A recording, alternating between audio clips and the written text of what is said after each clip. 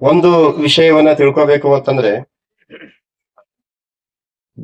ಜಗತ್ತಿನೊಳಗ ಪ್ರಾಚೀನ ಕಾಲದಿಂದಲೂ ಕೂಡ ಒಂದು ವಿಷಯದ ಬಗ್ಗೆ ಬಹಳಷ್ಟು ಗೊಂದಲಗಳನ್ನ ಹುಟ್ಟಿಕೊಂಡಿರ್ತಕ್ಕಂಥದನ್ನ ನೋಡ್ತೀವಿ.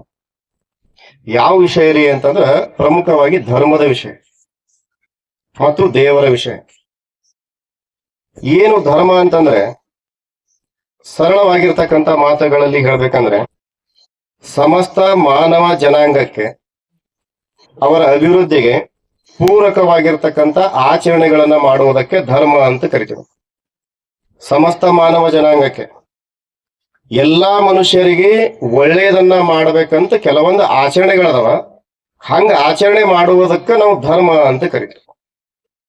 ಆ ಧರ್ಮದೊಳಗೆ ಎರಡು ವಸ್ತುಗಳು ಬರ್ತಾವ. ಪ್ರಮುಖವಾಗಿ ಧರ್ಮದೊಳಗೆ ಎರಡು ವಸ್ತುಗಳು, ಒಂದು ಪೂಜ್ಯ ವಸ್ತು, ಎರಡನೇದು ಪೂಜಾ ಕರ್ಮ. ಅರ್ಥ ಆಗ್ತದೆ. ಧರ್ಮ ಅಂದ್ರೆ ಜಗತ್ತಿನ ಸರ್ವ ಜನಾಂಗಕ್ಕೆ ಅನುಕೂಲಕರವಾಗಿರ್ತಕ್ಕಂಥ ಸರ್ವತೋಮುಖ ಬೆಳವಣಿಗೆಗೆ ಪೂರಕವಾದಂಥ ಆಚರಣೆಗಳನ್ನ ಪಾಲಿಸುವುದಕ್ಕೆ ಧರ್ಮ ಅಂತೀವಿ. ಈ ಧರ್ಮದೊಳಗೆ ಎರಡು ವಸ್ತುಗಳನ್ನ ನಾವು ನೋಡ್ತೀವಿ, ಎರಡು ಘಟಕಗಳನ್ನ ನೋಡ್ತೀವಿ. ಒಂದನೇದು ಪೂಜ್ಯ ವಸ್ತು, ಎರಡನೇದು ಪೂಜಾ ಕರ್ಮ. ಪೂಜ್ಯ ವಸ್ತು ಅಂದ್ರೆ ಯಾವುದನ್ನ ಪೂಜಿಸಬೇಕು ಅನ್ನುವುದು ಬಹಳ ದೊಡ್ಡ ಪ್ರಶ್ನೆ ನಮಗ. ಯಾವ ವಸ್ತುವನ್ನ ಪೂಜಿಸಬೇಕು? ಎರಡನೇದು ಪೂಜಾ ಕರ್ಮ, ಹೇಗೆ ಪೂಜಿಸಬೇಕು ಅನ್ನುವುದು ಎರಡನೇ ಪ್ರಶ್ನೆ. ಪೂಜ್ಯ ವಸ್ತು, ಪೂಜಾ ಕರ್ಮಗಳು, ಆ ಎರಡರ ಕುರಿತಾಗಿ ಭೂಮಿಯ ಮೇಲೆ 84 ಲಕ್ಷ ಜೀವರಾಶಿ ಒಳಗೆ ಶ್ರೇಷ್ಠವಾಗಿರ್ತಕ್ಕಂಥ ಜನ್ಮನೇ ಮನುಷ್ಯ ಜನ್ಮ. ಅಂತ ಮನುಷ್ಯರು ಬುದ್ಧಿಶಕ್ತಿಯನ್ನ ಬಳಸಿಕೊಂಡು ವೈಚಾರಿಕವಾಗಿ ಚಿಂತನೆಯನ್ನ ಮಾಡಿ ಏನನ್ನ ಪೂಜಿಸಬೇಕು, ಹೇಗೆ ಪೂಜಿಸಬೇಕು ಅನ್ನುವುದರ ಸಲುವಾಗಿ ಬಹಳ ತಪಸ್ಸುಗಳನ್ನ ಮಾಡಿದರು. ಬರೀ ಭಾರತ ದೇಶದೊಳಗ, ಜಗತ್ತಿನೊಳಗ ಎಲ್ಲಾ ದೇಶದೊಳಗ ನಡೆದ್ರಿ. ಅಂಥದ್ರೊಳಗ ಜಗತ್ತಿನೊಳಗ ಮೊಟ್ಟ ಮೊದಲನೇದಾಗಿ ಸುಮಾರು 3000 ವರ್ಷಗಳ ಹಿಂದೆ ಯಹೂದಿ ಧರ್ಮ ಅಂತ ಹುಟ್ಕೋತ. ಆ 3000 ವರ್ಷಗಳ ಹಿಂದೆ ನೋಡಿದ್ರೆ ಬರೀ ಮನುಷ್ಯರು, ಧರ್ಮ ಇಲ್ಲ. ಯಹೂದಿ ಧರ್ಮ ಹುಟ್ಕೋತ. ಯಹೂದಿ ಧರ್ಮ ಆದ್ಮೇಲೆ ಅದರ ಆಚರಣೆಗಳು ಎಲ್ಲರಿಗೂ ಸರಿ ಅನ್ಸ್ಬೇಕಲ್ಲ. ಅವಾಗ ಪಾರ್ಸಿ ಧರ್ಮ ಅಂತ ಮತ್ತೊಂದು ಹೊಸದು ಹುಟ್ಕೋತ.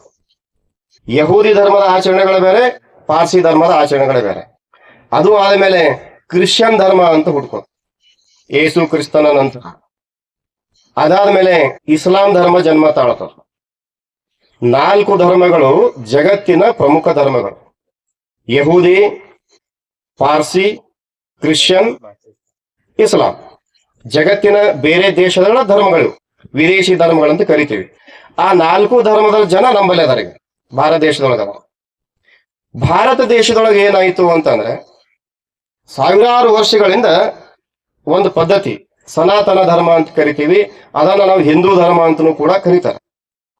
ಆ ಹಿಂದೂ ಧರ್ಮದೊಳಗ ಅನೇಕ ಆಚರಣೆಗಳು ಇದ್ದು, ಹೇಗೆ ಮನುಷ್ಯರೊಳಗ ಬೇರೆ ದೇಶದೊಳಗ ಕೆಲವೊಂದು ಮೂಢನಂಬಿಕೆಗಳು, ಕೆಟ್ಟ ಪದ್ಧತಿಗಳಿದ್ದು, ಹಾಗೇನೆ ನಂಬಲ್ಲೂ ಕೂಡ ಇದ್ದು ರೀ ಹಿಂದೂ ಧರ್ಮದೊಳಗ. ಆ ಆಚರಣೆಗಳನ್ನ, ಕಂದಾಚಾರಗಳನ್ನ, ಮೂಢನಂಬಿಕೆಗಳನ್ನ, ಶೋಷಣೆಗಳನ್ನ ಭಾರತ ದೇಶದೊಳಗ ಮೊಟ್ಟ ಮೊದಲು ವಿರೋಧಿಸಿದವ್ರು ಯಾರು ಅಂದ್ರ ಮಹಾವೀರ. ಅದರಿಂದ ಹೊರಗಡೆ ಬಂದ್ರು. ನೀವು ಹೀಗೆಲ್ಲ ಮಾಡಿದ್ರೆ ಆಗಂಗಿಲ್ಲ, ಇವೆಲ್ಲ ಕೆಟ್ಟ ಪದ್ಧತಿಗಳವ, ಅನಿಷ್ಟಗಳವ, ಹಿಂಗೆಲ್ಲ ಜನರಿಗೆ ಶೋಷಣೆ ಮಾಡ್ತೀರಿ ಅಂತ ಹೇಳಿ ಸನಾತನ ಧರ್ಮದಿಂದ, ಹಿಂದೂ ಧರ್ಮದಿಂದ ಮೊಟ್ಟ ಮೊದಲು ಸಿಡಿದು ಬಂದವರು ಯಾರು ಅಂದ್ರೆ ವರ್ಧಮಾನ ಮಹಾವೀರ. ಅದನ್ನ ನಾವು ಜೈನ ಧರ್ಮ ಅಂತ ಕರಿತೀವಿ. ಜೈನ ಧರ್ಮದ ಆಚರಣೆಗಳು ಬೇರೆ, ಜೈನ ಧರ್ಮದ ಪೂಜಾ ವಸ್ತುನೇ ಬೇರೆ. ಅದಾದ ಸ್ವಲ್ಪೇ ದಿನದೊಳಗ ಇನ್ನೊಬ್ಬ ಮಹಾನ್ ವ್ಯಕ್ತಿ ಹುಟ್ಕೋತಾನ, ಮಹಾತ್ಮ ಗೌತಮ ಬುದ್ಧ. ಗೌತಮ ಬುದ್ಧನೂ ಕೂಡ ಏನ್ ಮಾಡಿದ್ರು ಅಂದ್ರೆ, ಏನ್ ಈ ಧರ್ಮದೊಳಗೆ ಕೆಲವೊಂದು ಜನರ ಹಿಡಿತಾ ಇತ್ತು, ಕೆಲವೊಂದು ಜನರು ಬಹು ಜನರಿಗೆ ಶೋಷಣೆ ಮಾಡ್ತಾ ಇದ್ರು, ಮೂಢನಂಬಿಕೆಗಳನ್ನ ಹೇಳ್ತಾ ಇದ್ರು, ಅವರಿಗೆ ಅನೇಕ ಕಷ್ಟ ಕಾರ್ಪಣ್ಯಗಳನ್ನ ಕೊಡ್ತಾ ಇದ್ರು. ಅದನ್ನ ವಿರೋಧ ಮಾಡಿ ಹೊಸದಾದ ಆಚರಣೆಗಳನ್ನ ತಂದ್ರು. ಅದೇ ಬೌದ್ಧ ಧರ್ಮ ಆಗ್ತದೆ. 2 ಧರ್ಮಗಳು ನಮೂನೆ ರೀ, ಒಂದು ಜೈನ ಧರ್ಮ, ಬೌದ್ಧ ಧರ್ಮ. ಇದಾದ ಮೇಲೆ 12ನೇ ಶತಮಾನದೊಳಗ ಬೌದ್ಧ ಧರ್ಮ ಬಂದಿತ್ತು, ಮತ್ತೆ ಹೋಗ್ಬಿಡ್ತು. ಆಮೇಲೆ 12ನೇ ಶತಮಾನದಾಗ ಬಸವಣ್ಣನವರು ವಿಚಾರ ಮಾಡ್ತಾರೆ, ಯಾಕೆ ಈ ರೀತಿಯಾಗಿ ಕಷ್ಟ ಕಾರ್ಪಣ್ಯಗಳದಾವ ಅಂತ ವಿಚಾರ ಮಾಡ್ತಾರೆ. ಆ ಬಸವಣ್ಣನವರು ಮತ್ತೆ ಹೇಗೆ ಗೌತಮ ಬುದ್ಧ, ಮಹಾವೀರರು ಸನಾತನ ಧರ್ಮದಿಂದ ಹೊರಗಡೆ ಬಂದು ಹೊಸವಾದ ವಿಚಾರಗಳನ್ನ ಹೇಳಿಕೊಟ್ರು. ಅದೇ ವಿಚಾರಗಳನ್ನ ಬಸವಣ್ಣನವರು ಮತ್ತು ಬಸವಾದಿ ಶರಣರು ಹೇಳಿಕೊಡ್ತಾರ. ಅದು ಲಿಂಗಾಯತ ಧರ್ಮ ಅಂತ ಆಗ್ತದೆ. ಅದರ ಪೂಜ್ಯ ವಸ್ತು ಮತ್ತು ಪೂಜಾ ಕರ್ಮಗಳು ಬೇರೆ ಬೇರೆ. ಬಸವಣ್ಣನವ್ರದ್ದು ಆದ ನಂತರ ಅಲ್ಲಿಗೆ ಮುಗುದಿಲ್ರಿ. 15ನೇ ಶತಮಾನದೊಳಗ ಗುರು ನಾನಕರು ವಿಚಾರ ಮಾಡ್ತಾರ, ಸಿಖ್ ಧರ್ಮವನ್ನ ಸ್ಥಾಪನೆ ಮಾಡ್ತಾರ. ಏನಿಲ್ಲ 500 ವರ್ಷಗಳ ಹಿಂದೆ ಅವರು ಸನಾತನ ಧರ್ಮದಿಂದಲೇ ಹೊರಗಡೆ ಬಂದವರು. ಅದು ಸಿಖ್ ಧರ್ಮ ಆಯಿತು. ಅಂದ್ರೆ ವಿದೇಶಿ ಧರ್ಮದೊಳ 4, ಯಹೂದಿ ಧರ್ಮ, ಪಾರ್ಸಿ ಧರ್ಮ, ಕ್ರಿಶ್ಚಿಯನ್ ಧರ್ಮ, ಇಸ್ಲಾಂ ಧರ್ಮ ಬೇರೆ ದೇಶದೊಳಗೆ ಹುಟ್ಟಿ ನಮ್ಮ ದೇಶದೊಳಗೂ ಕೂಡ ಬಂದವ. ನಮ್ಮ ದೇಶದೊಳಗೆ ಉದಯಿಸಿದ ಧರ್ಮಗಳು ಕೂಡ 4 ಸನಾತನ ಧರ್ಮದಿಂದ ಹೊರಗೆ ಬಂದು. ಯಾವ್ಯಾವ ಅಂದ್ರೆ ಜೈನ ಧರ್ಮ, ಬೌದ್ಧ ಧರ್ಮ, ಲಿಂಗಾಯತ ಧರ್ಮ, ಸಿಖ್ ಧರ್ಮ.